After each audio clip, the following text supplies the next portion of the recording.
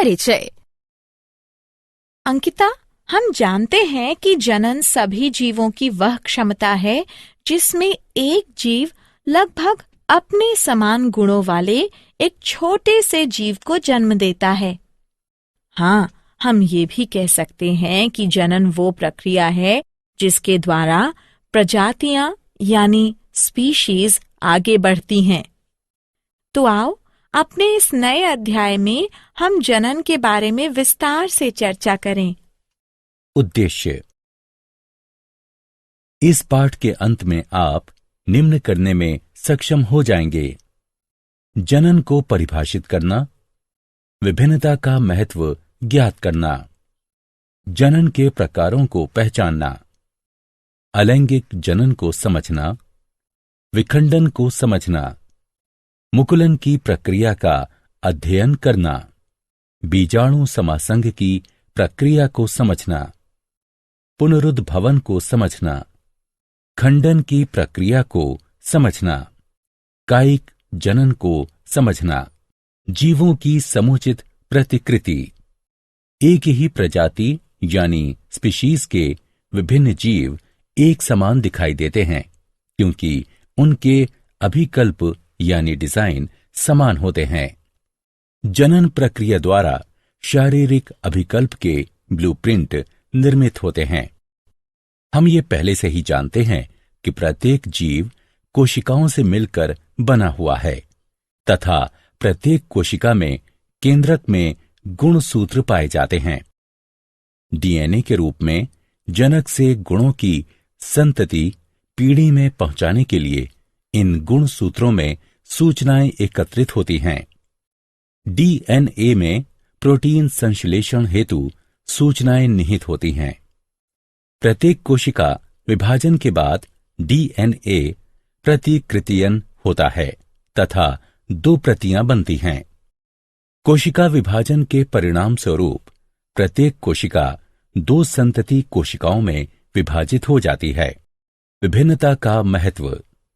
प्रतियां बनते समय डीएनए की सूचनाओं में बदलाव आ जाता है जिससे निर्मित हुई प्रोटीन भिन्न हो जाती है तथा इस प्रकार जनक प्रजाति यानी स्पीशीज से विभिन्नता आ जाती है जो कि जैव विकास का आधार है। जनन की प्रक्रिया के परिणाम स्वरूप जीवों की समष्टियों द्वारा निकेत भरे हुए हैं।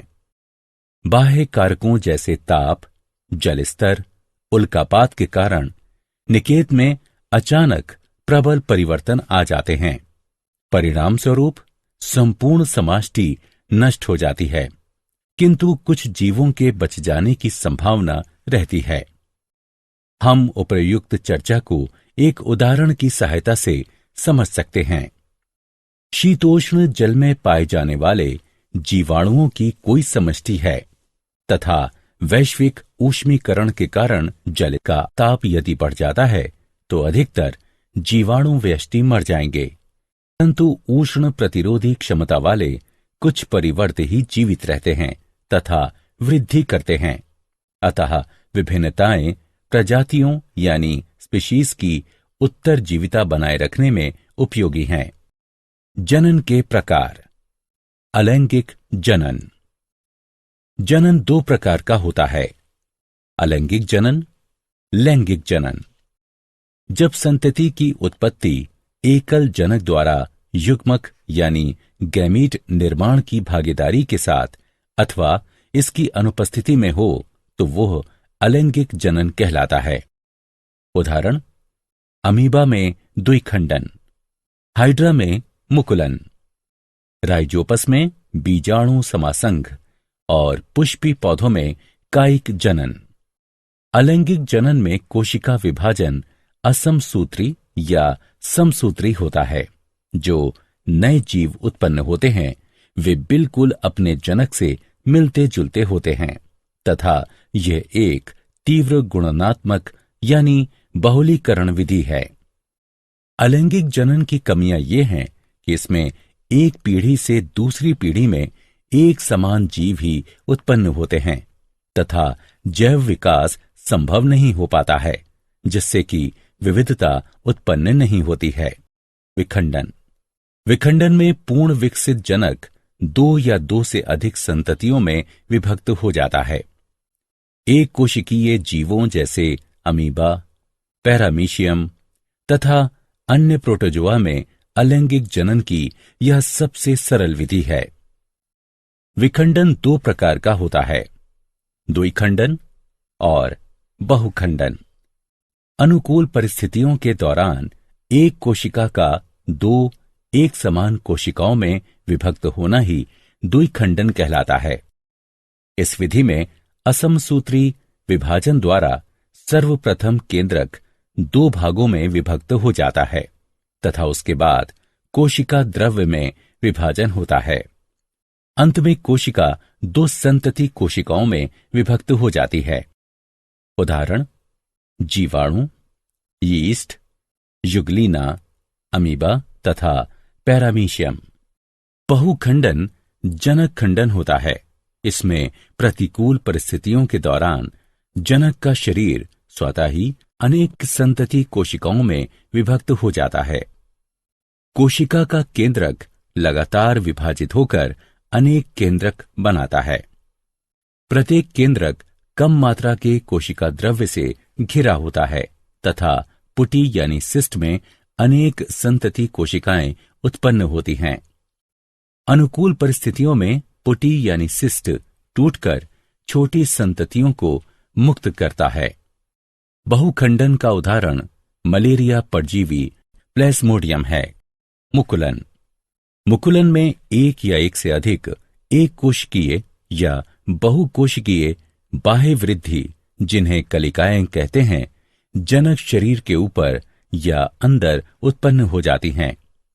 हाइड्रा पुनर्जनन की क्षमता वाली कोशिकाओं का उपयोग मुकुलन के लिए करता है और इसके कारण एक स्थान पर कलिका यानी मुकुल विकसित हो जाती है। यह कलिका यानी मुकुल वृद्धि करके एक नन्हे जीव में बदल जाता है तथा पूर्ण विकसित होकर जनक से अलग होकर स्वतंत्र जीव बन जाता है। बीजाणु समासंग। जब ब्रेड के एक टुकड़े को कुछ दिनों के लिए नमी और अंधेरे में रख दिया जाता है तो वायु में उपस्थित राइजोपस के बीजाणु ब्रेड पर चिपक जाते हैं और राइजोपस का एक नई कवकी पौधा उत्पन्न हो जाता है। राइजोपस में एक गांठ जैसी संरचना पाई जाती है जो कि जनन में भाग लेती है। इसे बीजाणुधानी कहते हैं। इसमें बीजाणु पाए जाते हैं जो कि नए राइजोपस में विकसित हो जाते हैं। पुनरुद्भवन यानी पुनर्जनन। पूर्ण रूपेण विभेदित जीवों में अपने कायिक भाग से नए जीव के निर्माण की क्षमता को पुनरुद्भवन कहते हैं। इसमें जीव के शरीर का कटा या टूटा हुआ भाग वृद्धि या पुनरुद्भित होकर एक नया पूर्ण जीव विकसित हो जाता है। सरल जीव जैसे हाइड्रा और प्लेनेरिया को कई टुकड़ों में काट देने पर प्रत्येक टुकड़ा विकसित होकर पूर्ण जीव का निर्माण कर देता है। खंडन। खंडन में जनक का शरीर तरंग की क्रिया, पुराने भागों की मृत्यु और अपघटन द्वारा दो या दो से अधिक छोटे छोटे टुकड़ों में खंडित हो जाता है। सरल संरचना वाले बहुकोशिक जीवों में जनन की सरल विधि कार्य करती है। उदाहरणतः स्पाइरोगाइरा सामान्यतः विकसित होकर छोटे छोटे टुकड़ों में खंडित हो जाता है। ये टुकड़े अथवा खंड नए जीव यानी व्यष्टि में विकसित हो जाते हैं। सभी जंतुओं में चपटे कृमि शरीर का खंडन दर्शाते हैं जो कि नए जीवों यानी व्यष्टि में विकसित हो जाते हैं। शैवाल जैसे कि पायरोगाइरा में खंडन पाया जाता है। कायिक जनन। कायिक जनन गुणन यानी बहुलीकरण की वह प्रक्रिया है जिसमें जनन अंग की सहायता के बिना ही पौधे के पुराने भागों जैसे तने, जड़ों तथा पत्तियों से एक नया पौधा विकसित हो जाता है। कायिक प्रवर्धन दो प्रकार का होता है, प्राकृतिक कायिक प्रवर्धन और कृत्रिम कायिक प्रवर्धन। प्राकृतिक कायिक प्रवर्धन। सभी बीज वाले पौधों में प्राकृतिक कायिक प्रवर्धन बहुत प्रचलित है। ये 3 प्रकार का होता है: जड़ों द्वारा, तने द्वारा और पत्तियों द्वारा। जड़ों द्वारा कुछ पौधे अपने ऊपर अपस्थानिक कलियों का विकास करते हैं, उदाहरण अमरूद और शीशम। कुछ गांठदार अपस्थानिक जड़ों के अलावा अपस्थानिक कलियों में भी उचित मात्रा में भोजन पाया जाता है, उदाहरण डहेलिया तथा शकरकंदी। तने द्वारा कुछ पौधे तने के बिखरने तथा शाखित प्रकंदों द्वारा कायिक जनन करते हैं, उदाहरण केला, अदरक तथा हल्दी। तना कंद आलू तथा चुकंदर में पाए जाते हैं। आलू का कंद भूमिगत शाखित तने का एक फूला हुआ शीर्षस्थ भाग होता है, जिस पर की अनेक आंखें या गांठें पाई जाती हैं। प्रत्येक आंख में एक या अधिक कलिकाएं पाई जाती हैं। आंख पर पाई जाने वाली कलिकाओं से नए पौधे उत्पन्न होते हैं। आलू के पौधे कंदों द्वारा उगाए जाते हैं, बीजों द्वारा नहीं। ऊपरी भूस्तारी एक वायवीय कमजोर तना होता है, जैसे कि मैदानी घास, पुदीना, जो कि सतह पर फैलकर पर्व संधियों पर अपस्थानिक जड़ों को जन्म देते हैं। जब पौधे का पुराना भाग मृत हो जाता है तो जनक पौधे से शाखाएं अलग हो जाती हैं तथा स्वतंत्र पौधों का निर्माण करती हैं। बल्ब भी कलिकाएं धारण करते हैं, उदाहरण लहसुन तथा प्याज। घन कंदों जैसे क्रोकस, अरुई यानी कोलोकासिया आदि में भोजन उचित मात्रा में संगृहित होता है तथा ये अनेक अपस्थानिक कलिकाएं भी धारण करते हैं। पत्तियों द्वारा कुछ पौधों में मांसल पत्तियों के कटीले यानी खांचे युक्त पार्श्व अपस्थानिक कलिकाओं को धारण करते हैं। जब पत्ती मृदा पर गिरती है तो अनुकूल परिस्थितियों में कलिकाएं छोटे पौधों में विकसित हो जाती हैं। नवीन पादप पृथक होकर स्वतंत्र पौधों में विकसित हो जाते हैं, उदाहरण ब्रायोफिलम, बिगोनिया। मूल्यांकन: सही विकल्प को उठाकर उसके संगत बॉक्स में रखें। कृत्रिम कायिक प्रवर्धन: मालियों तथा बागबानों ने कृत्रिम कायिक प्रवर्धन की विभिन्न पद्धतियां विकसित की हैं। कटाई, पर्तन, कलम लगाना, मुकुलन और ऊतक संवर्धन आदि कुछ सामान्य पद्धतियां हैं। कटाई जड़, तना अथवा पत्ती का एक अलग हुआ भाग है, जो कि आंशिक रूप से नम मिट्टी में गड़ा हुआ होता है। अनेक पौधे जैसे गन्ना, गुलाब, नींबू, अंगूर, कोकोआ, बोगेनविलिया आदि कटाई के माध्यम से ही प्रवर्धित किए जाते हैं। पर्तन: जनक पौधे से पौधे के अलग होने से पूर्व तने की शाखाओं में अपस्थानिक जड़ें बन जाती हैं। तने की शाखा परत कहलाती है तथा यह प्रक्रिया पर्तन कहलाती है। यह विधि नींबू, अमरूद, हिबिस्कस, बोगेनविलिया, चमेली, रसभरी तथा अनेक सजावटी पौधों में प्रयोग की जाती है। कलम लगाना: जनन की इस पद्धति में 2 निकटवर्ती संबंधित किस्मों वाले पौधों को एक साथ जोड़ दिया जाता है, जिससे कि वे एक पौधे के रूप में ही रहते हैं। पौधे का एक भाग जो कि पौधे के अन्य भाग पर कलम लगाता है, पौधे की कलम यानी साइकान कहलाता है तथा वो पौधा जिस पर कलम लगाई जाती है डंठल यानी स्टॉक कहलाता है। उदाहरण आम, सेब, मटर, नींबू और अमरूद। मुकुलन में एक वांछनीय पौधे के तने से छाल युक्त एक छोटी कलिका यानी मुकुल ली जाती है। इसके बाद डंठल की छाल में बनाई गई गांठ यानी दरार में घुसाई जाती है। दोनों को बांध दिया जाता है तथा इन्हें सूखने से बचाया जाता है। उदाहरण गुलाब, आलू बुखारा आदि। ऊतक संवर्धन। संवर्धन विलियम के कृत्रिम माध्यम में पृथक या विलगित पादप कोशिकाओं अथवा पादप ऊतक के छोटे भागों में नए पादप का निर्माण ही ऊतक संवर्धन कहलाता है। पौधे के वृद्धि वाले सिरे से ऊतकों अथवा विलगित कोशिकाओं को हटाकर तथा उन्हें कृत्रिम माध्यम में रखकर पौधों को विकसित कराया जाता है। पादप ऊतक विभाजित होकर कोशिकाओं के छोटे समूह बनाते हैं जिन्हें कैलस कहा जाता है। कैलस को एक ऐसे अन्य माध्यम पर स्थानांतरित किया जाता है जिसमें कि वृद्धि तथा विभाजन के लिए हार्मोन पाए जाते हैं, जिससे कि पादपक या छोटा पौधा बनता है। बने हुए पादपक को गमलों या मृदा से प्रतिरोपित किया जाता है, जहां वे वृद्धि करके विकसित पौधे बना सकते हैं।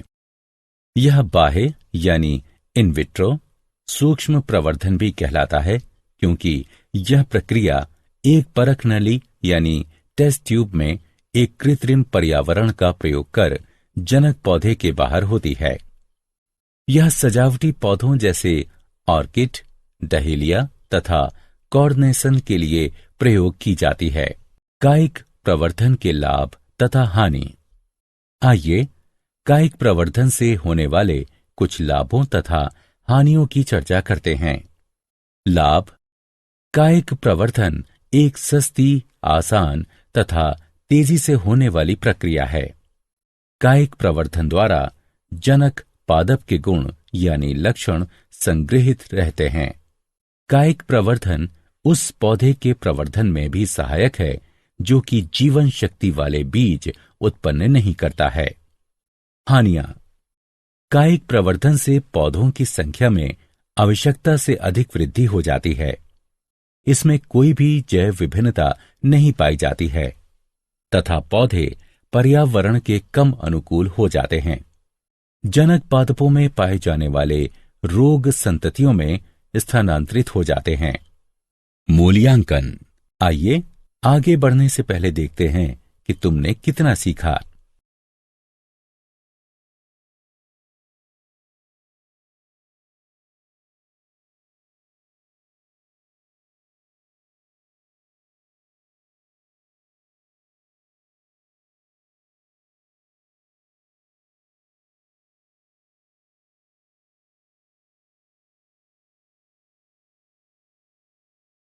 क्या आप जानते हैं यकृत में बहुखंडन के दौरान प्लेज्मोडियम लगभग 1000 संतति कोशिकाएं उत्पन्न करता है, जबकि लाल रुधिर कणिकाओं में बहुखंडन के दौरान ये 12 से 24 संतति कोशिकाएं उत्पन्न करता है, जिन्हें खंडजाणु यानी मीरोजोइट कहते हैं।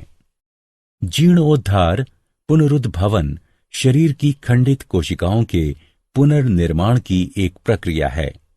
उदाहरण, मानव में नवीन लाल रुधिर कणिकाओं द्वारा मृत लाल रुधिर कणिकाओं का प्रतिस्थापन तथा घाव भरना।